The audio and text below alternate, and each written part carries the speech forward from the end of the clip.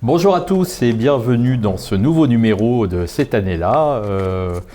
Comme d'habitude, toujours avec la même équipe, une excellente équipe. On a autour de moi, on va retrouver François Bousquet. Bonjour François. Bonjour. Ça fait 2 mois qu'on ne vous avait pas vu. Oui, j'ai pas pu être là pour la précédente série d'enregistrement. Bon, on est très content de vous retrouver. Rodolphe Carte qui maintenant est devenu un habitué. Bonjour Patrick. Olivier François. Bonjour Patrick. Vous allez bien Olivier ? Ça va très bien. Très bien.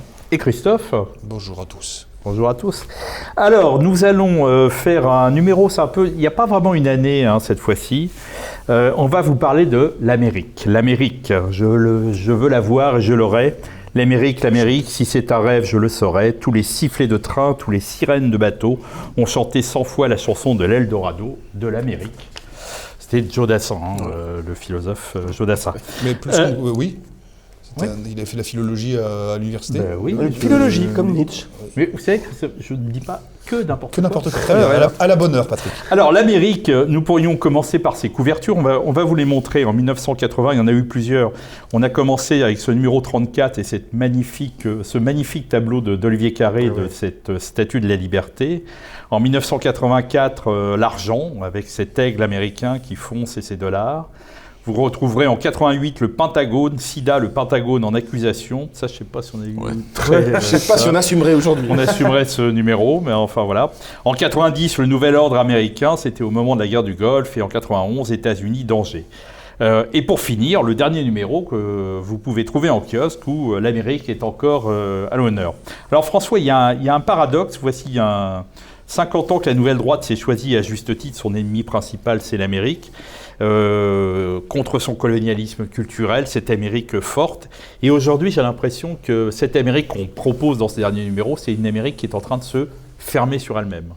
Oui, alors c'est une Amérique plutôt, les trois figures que nous avons choisies, Musk, alors se fermer sur elle-même, non, parce qu'il y a une projection verticale chez Musk, mais en tout cas pour Trump et pour Carlson, oui, c'est une Amérique pour Carlson paléoconservatrice, pas néoconservatrice, et globalement assez isolationniste, qui ne veut pas se projeter sur des théâtres d'opérations extérieures comme les néocons, qui ont exporté des guerres contre les États voyous. En réalité, l'État profond est un État voyou, donc c'est une autre Amérique, c'est peut-être une contre-Amérique, c'est peut-être un contrepoint dans l'histoire de l'AND, qui est une histoire limpide, vous l'avez dit. Nous avons identifié que le libérateur des Européens, avec toutes les guillemets d'usage, qu'il est temps de s'en libérer. Vous évoquiez une colonisation culturelle, oui, c'est le soft power, qui nous a colonisé mentalement, ça a été très très peu étudié, comme l'ont montré Fourquet et Casselli dans les bouquins. L'américanisation en 1918 a été très, très abondamment documentée. En 1945 aussi, mais les années 80-90, assez peu. Au final, ce qu'ils appellent la couche yankee, Fourquet et Casselli, domine l'ensemble du spectre sociologique français, de la France d'en bas, de la France du milieu, de la France d'en haut. Donc nous sommes mentalement colonisés, mais nous sommes économiquement colonisés. C'est ce que dit également Emmanuel Todd dans La défaite de l'Occident. Il parle d'un nihilisme économique, la destruction des pipelines Nord Stream et le consentement allemand et européen à cette destruction, qui est une destruction économique, c'est-à-dire qu'on frappe l'économie européenne. Il y a une guerre culturelle, il y a une guerre économique, il y a une guerre géopolitique, donc elle est totale, cette guerre des Américains contre l'Europe. L'extraterritorialité du droit américain est une sorte de raquette internationale. Il y a encore des gens avec cela dans nos entourages, pas éléments, qui nous expliquent qu'il y a un ami américain. Non, il n'y a pas d'ami américain. Il y a une hostilité continue depuis la fin de la guerre de l'Europe vis-à-vis des États-Unis, mais il n'empêche... c'est une civilisation qui a su produire des gens de la nature de Elon Musk, en tout cas les attirer. Donc c'est la raison pour laquelle on a choisi Musk, parce qu'il nous semble être la figure emblématique du 21e siècle, en tout cas pour moi, peut-être pas pour la totalité des rédactions. Tucker Carlson, parce que je rêve, moi, que la France produise d'un Tucker Carlson. Je le dis aux téléspectateurs de TV Liberté, il faut imaginer un mélange de CNews et de TV Liberté. c'est qu'on n'a que CNews en France. C'est-à-dire qu'on n'a qu'une droite conservatrice, catho-conservatrice. Mais on n'a pas une droite punchy, populiste. Or, Carlson fait le lien entre toutes ces figures de la contestation. C'est un showman exceptionnel. Il parle aujourd'hui à 200 millions de personnes. En tout cas, l'entretien qu'il a donné à Poutine, c'est 200 millions de personnes. Alors certes, on ne va pas tout juger au nombre de vues, bien sûr, mais quand même, c'est-à-dire que les voix dissidentes peuvent porter. Donc tout ça fait que, oui, on a voulu introduire un tout petit contrepoint. On l'avait fait par le passé. L'Amérique qu'on aime, mais comme j'ai eu l'occasion de le dire, je trouvais que l'Amérique qu'on aimait, c'était l'Amérique littéraire, cinématographique, et c'était assez commode d'aimer cette Amérique-là, puisque oui, on aime tous Faulkner, enfin j'adore Faulkner, et quantité d'autres auteurs américains, mais c'était assez germano-pratin. Or non, il y a en Amérique des figures intéressantes, il ne faut pas qu'on passe à côté, raison pour laquelle on a voulu dans le dernier numéro mettre en couverture les dynamiteurs du système, donc Trump, qui est un peu un cas particulier, Musk, évidemment, mais aussi Tucker Carlson.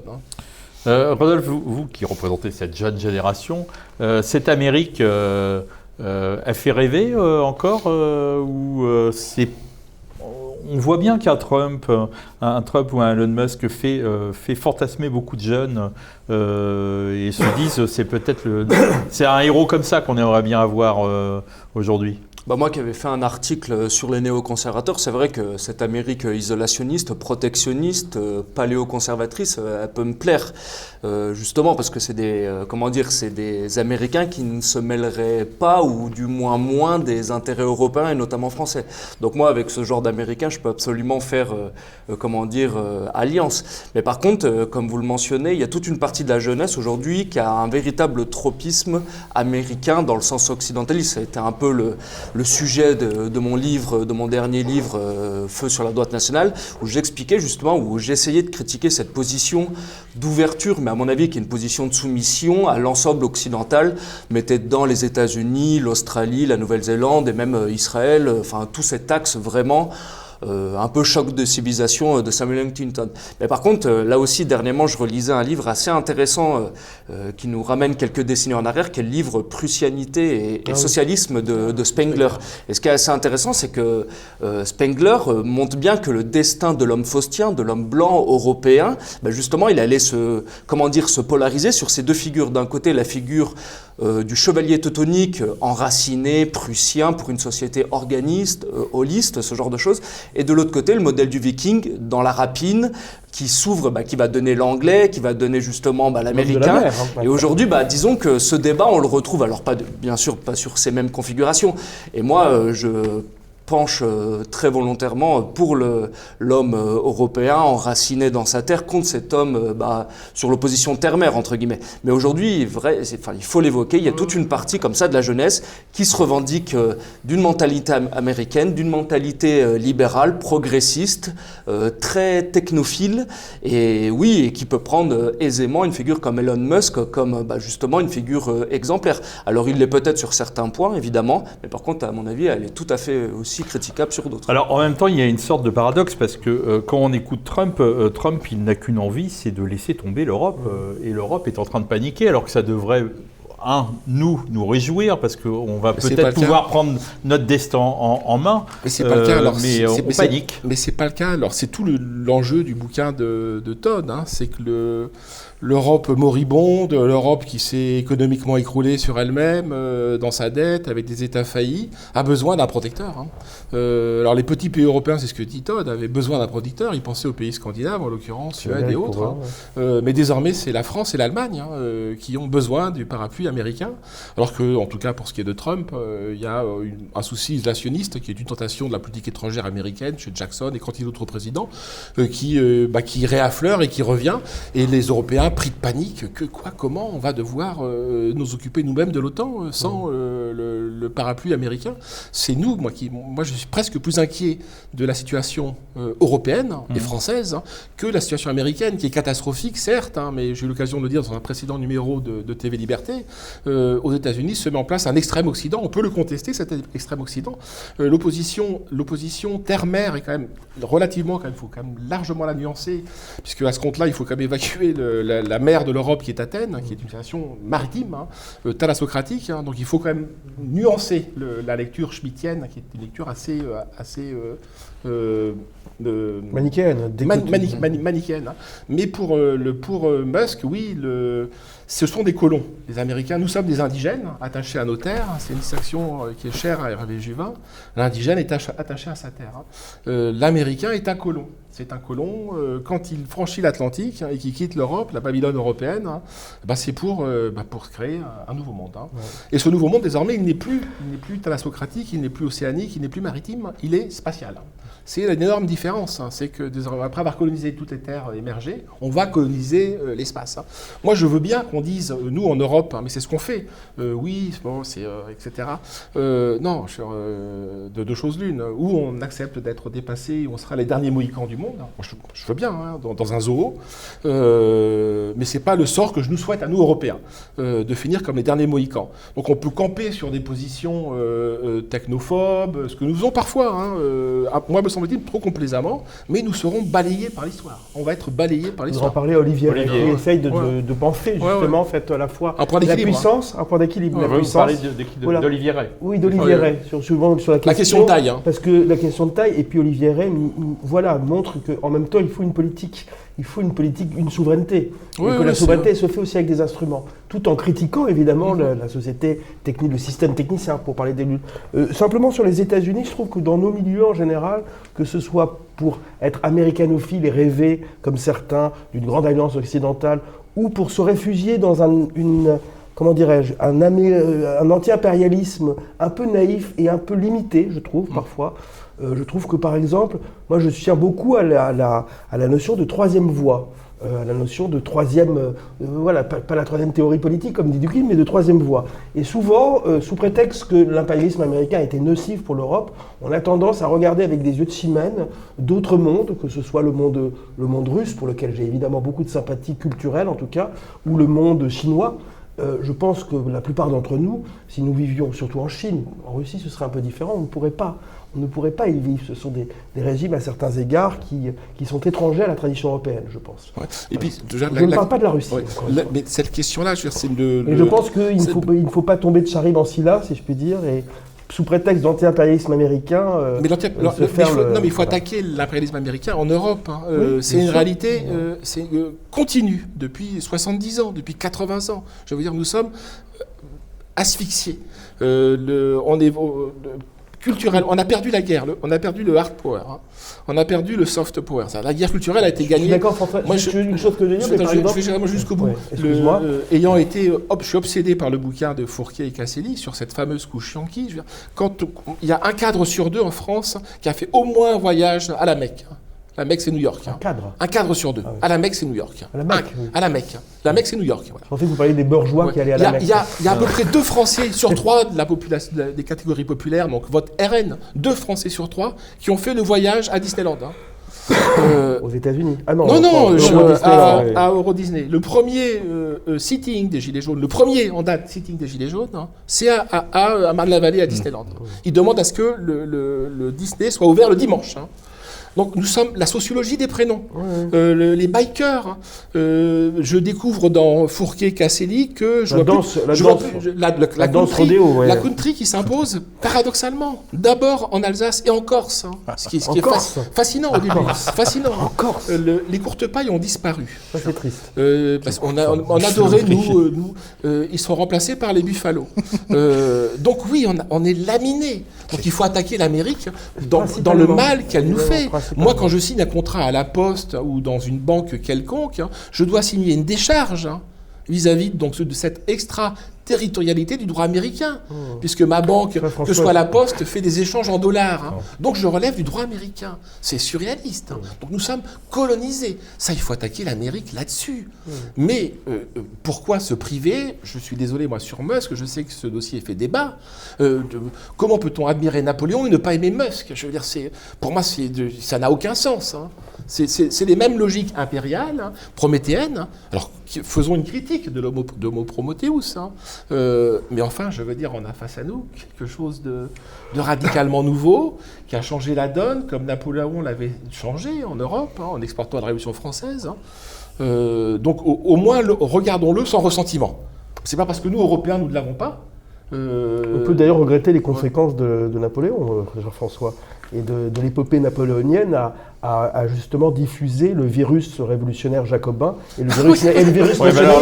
Mais ça nous emmènerait trop Olivier, loin. ça va être trop. Le paradoxe, c'est que, et je citais sur un numéro qui date des années 90, où Alain de Benoît disait, il y a le premier banquier du monde, l'Amérique croule sous les dettes, 3300 milliards de dollars pour les personnes privées, 3500 milliards pour les entreprises, 3200 milliards pour les finances publiques. Depuis, ça a explosé. La débâcle des caisses d'épargne va coûter 500 milliards de dollars. Des secteurs entiers de l'industrie, informatique, robotique, automobile, textile, acier sont menacés par Alors, la seule erreur de Benoît, c'est par l'invasion japonaise. En fait, c'est l'invasion chinoise qui va se retrouver. C'est que le paradoxe, c'est que l'Amérique n'a jamais été aussi puissante sur un plan culturel et a imposé son modèle, et elle est en train, à l'intérieur, de s'effondrer. Le bouquin de Todd est fascinant pour ça. Alors, quelques éléments clés. Il reprend, je crois qu'on a été les premiers en France à l'introduire, hein, les travaux de Angus Deaton et sa femme sur les morts de désespoir, hein, sur l'effondrement de l'espérance de vie dans la classe ouvrière blanche masculine. Hein. Partout, tous les indicateurs de croissance et d'espérance de vie augmentent. Hein. Hasta avant le Covid, hein. Sauf pour la classe ouvrière blanche. La crise des opioïdes est fascinante. Hein. On parle de centaines de milliers de morts. C'est dans l'Amérique du milieu principalement, l'Amérique centrale. Hein. Big Pharma a fait en sorte de sanctuariser l'impossibilité de les attaquer. Donc, avec les opioïdes. Hein. Black Lives Matter. Nous, on a eu des émeutes, hein. Mais les émeutes à l'été 2020, après la mort de George Floyd, hein, mais tous les amis américains, notre correspondant américain, Ethan Rundle, hein, c'est un pays qui est au bord de la guerre civile. Hein. Il y a un décrochage de la population majeur. Hein. Todd, qui est assez intéressant, même si c'est toujours la même chose, c'est les indicateurs d'alphabétisation, d'espérance de vie, nous montrent que cette Amérique est en train peu à peu de s'écrouler sur elle-même. Hein.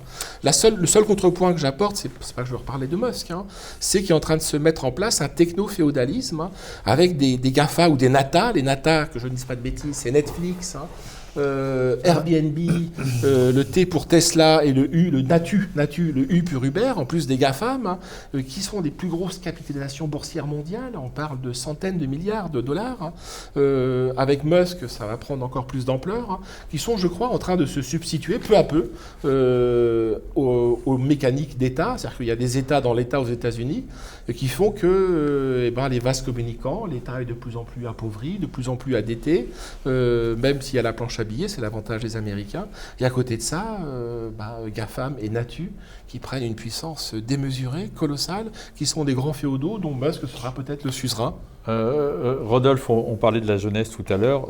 J'ai été frappé de voir, je ne sais pas si ça vous arrive d'aller sur la TNT, d'aller voir les chaînes RMC qui rachètent des séries de documentaires américains montrant des trappeurs dans le Grand Alaska qui essayent de survivre, ou des gens qui font des voyages en camion pendant...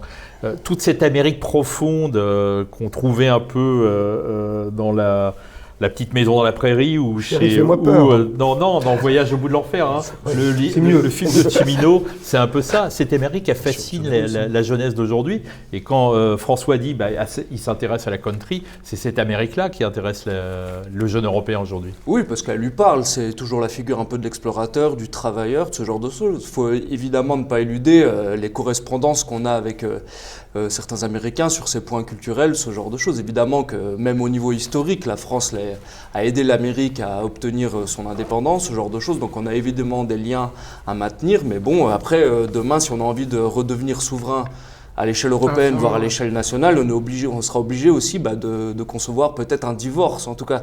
Et l'extraterritorialité, on a eu les cas avec Alstom ou ce genre de choses, c'est quand même une soumission et une humiliation de tous les jours. Donc nous, si on se revendique comme on le fait, à mon avis, à travers la revue Éléments, aussi de cet humanisme classique et des antiques, on est obligé aussi d'avoir un peu de fierté là-dessus. Ah non, mais Rodolphe, c'est l'évidence. Hein. Simplement, de fait, hein, le cas Macron est fascinant. Je veux dire, Macron nous dit que l'OTAN est cliniquement morte au début de son mandat, et aujourd'hui, il court. La guerre en Ukraine a montré notre dépendance mortifère. Hein. Moi, je redis, le Pearl Harbor européen, c'est la destruction des gazoducs Nord Stream. C'est de l'équivalent de Pearl Harbor. Hein. En termes économiques, c'est une économie qui s'écroule sur elle-même, l'Allemagne. Hein. Et nous ne réagissons pas. Je suis étonné une petite incise, de remarquer aussi que les codes américains ont contaminé, même y compris des gens qui sont très radicalement anti-américains. Moi, ça m'avait surpris en regardant un documentaire sur Daesh et sur la communication de Daesh. Les codes de Daesh étaient des codes hollywoodiens. J'ai récemment vu une affiche où on voyait Poutine, Bachar el-Assad, le guide de la révolution islamique. C'était d'une organisation anti-impérialiste, entre guillemets, et contre l'Amérique, etc. Les codes étaient hollywoodiens. Les codes de certains films russes, il y a une scène de films historiques de grande production russe sur l'histoire russe, qui sont d'ailleurs tout à fait de bons films intéressants. Je pourrais pas les citer les noms, mais j'en ai vu un récemment sur Stalingrad. C'était des codes américains, c'était un grand film hollywoodien. Alors le cinéma s'y prête, mais voilà, il faut peut-être aussi que l'Europe réinvente un style. C'était la grande question du style de vie, vous voyez, la révolution conservatrice disait le style de vie. C'est important. Est-ce qu'on peut-être au sein de notre débat revenir sur la fragilité américaine, sur la fragilité psychologique, anthropologique, humaine. On parle du déclin. Alors moi, puisque cette année-là, moi, je pense à l'année 86, ce titre de film peut venir, sur le déclin de l'Empire américain du réalisateur canadien-québécois Denis Sarkhan, qu'on avait d'ailleurs interrogé dans le numéro Éléments sur son film Testament, qui est un film avec des grosses ficelles, mais non, le déclin de l'Empire américain qui est de 86, qui est aussi une année de bascule dans les années 80. C'est un film très beau, où il y a une division homme-femme sur les intellectuels québécois qui parlent, c'est un film très bavard. C'est un film sur la frivolité tragique et la quête à la fois d'un bonheur un peu illusoire et d'une immense efficacité. C'est une critique inversée de la société américaine, puisque les femmes font du sport, les hommes parlent, et on est en 86, c'est un point de bascule aussi, c'est Reagan qui triomphe, mais en même temps il y a cette fragilité américaine où en fait l'économie est catastrophique, l'armée n'a jamais été très puissante, la chute de l'empire américain, il y a la guerre du Vietnam qui les massacre, la chute de Saïgon, tout ça. Toutes les guerres et en fait toutes les guerres sont catastrophiques. C'est intéressant, j'ai retrouvé dans un numéro de 91, c'est une analyse de Paul Kennedy qui avait écrit ce livre « Naissance et déclin des grandes puissances » et qui disait « Les grandes puissances, dans leurs années de décadence relative, réagissent instinctivement en dépensant plus pour leur sécurité au lieu de consacrer des sommes à l'investissement et donc aggravent ainsi leurs problèmes à long terme. » Et sur les 30 ans après ces années 90, on a vu ce qu'a été la guerre en Irak, la guerre en Afghanistan. Il y a eu une dépense d'énergie de la part des Américains. Que des guerres perdues au niveau collectif et national. En revanche, des guerres gagnées par les intérêts privés. D'où peut-être ce basculement aux États-Unis d'un privé, alors qu'il y avait l'intégration du public et du privé, de plus en plus puissant. Et le paradoxe, comme moi, ce qui me frappe, et Todd le dit, c'est que c'est un pays qui est mort, mais nous aussi, parce qu'il parle de l'Occident, donc de l'Occident au sens occidentaliste du terme, pour le critiquer bien sûr comme nous, qui est mort parce qu'il développe, moi je trouve que c'est assez stimulant, 3 niveaux de civilisation. À partir du protestantisme, on peut faire la même chose pour le catholicisme. C'est qu'il y a un niveau de croyance, c'est la croyance religieuse, donc ça fait une force. La nation américaine, c'est la thèse de Clinton dans son plus grand livre, qui n'est pas le clash des civilisations, qui sommes-nous. Le cœur de l'Amérique, c'est la religion WASP protestante. Une fois que cette religion s'étiole, la nation, le deuxième stade, c'est ce qu'il appelle le stade zombie, c'est-à-dire qu'il y a une image rémanente. On ne croit plus en Dieu, mais on croit encore à la morale hein, que nous enseignait Dieu. Et il y a le stade où la religion n'est plus du tout active. Hein. C'est le stade actuel, c'est le niveau 0. C'est vrai en Europe, hein. C'est vrai aux États-Unis, alors que c'est pas vrai dans aucun autre pays du monde. Hein. Mais c'est vrai que dans l'espace, là, pour le coup, occidental. Hein. Et est-ce qu'une civilisation survit à cette mort de ses propres croyances hein? Todd dit que non. Je vois pas en quoi on peut le contester.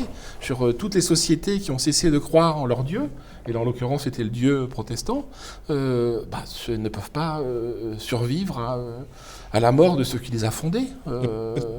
D'où les indicateurs que prend Todd qui sont vachement réacs hein, quand on y réfléchit. C'est le mariage pour tous. Hein.